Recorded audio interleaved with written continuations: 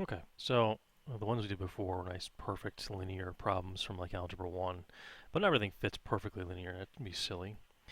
Um, and not everything's also linear also. We'll get to the nonlinear ones later on. So the dependent variable is typically called explanatory, and then the dependent one's called response, or the outcome you respond. So you can manipulate the input, so you can control the explanatory, and you cannot control the response. Okay. So, for example, if you're going to track the number of hours students practice problems using online textbook, the explanatory variable is the number of hours, right? That's your input. The correlation is determined for the results of the exam scores. So the response is the exam scores. Those cannot be manipulated, right? Um, so typically in a scatter plot, the deep independent variable is the x variable, and the dependent variable is the y variable. Okay, and of course it doesn't have to be x and y; it could be any letters that you want particularly, right? So basically, we're going to do three scenarios here. Do you have again? You read a book. You read a book left to right. Oops, come on, it's not working correctly. Try this again. Right? When you read a book left to right, you have a positive linear relationship, a negative linear relationship, or you're not really sure, right? Just because it's not linear doesn't mean there's no relationship. It just means there's no linear relationship. There's a difference, okay? Because it could be some other type of relationship, which we'll explore later on. Okay. So let's say we take these three different data types. So cars, tens of thousands sold, and the revenue in billions. The number of absences in the student's grades, final grade. The number of teachers and the pupil per teacher ratio, right? We'll figure out the linear relationships here. First, we're going to do a scatter plot. So we'll copy this into the spreadsheet here. Okay. Values only. So this will be the cars, number of cars. And this will be revenue. Revenue. We don't need these. We'll put those in the graph.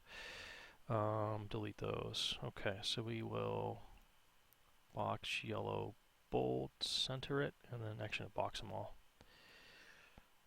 Okay, and I put the other ones in here also. Okay.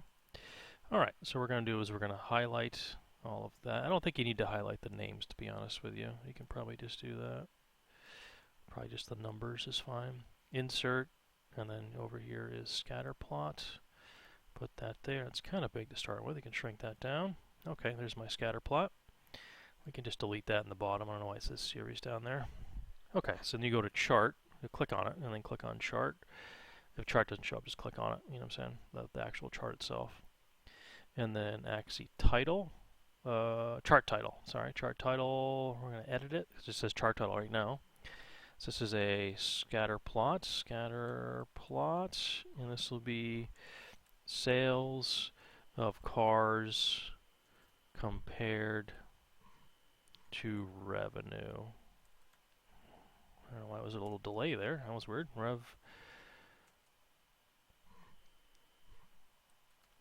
Okay. All right, good enough. We'll add the other ones. So chart and horizontal below. This is X number of cars in the tens of thousands, I believe.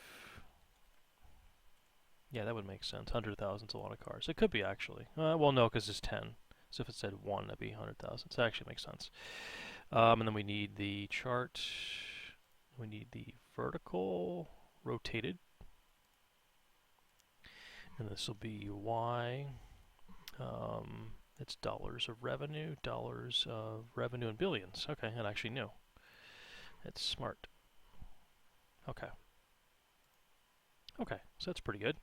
And you can put your equation on there. You can click on it and get the little side menu. Or you can right click also. If you right click, I believe it also will pop up format. You can also click up there. There's a couple ways. So series, and we want tread line. Click right there. And you also can go down here and get your equation. Okay. I did one for this one, and I didn't do one for that one. Okay? All right.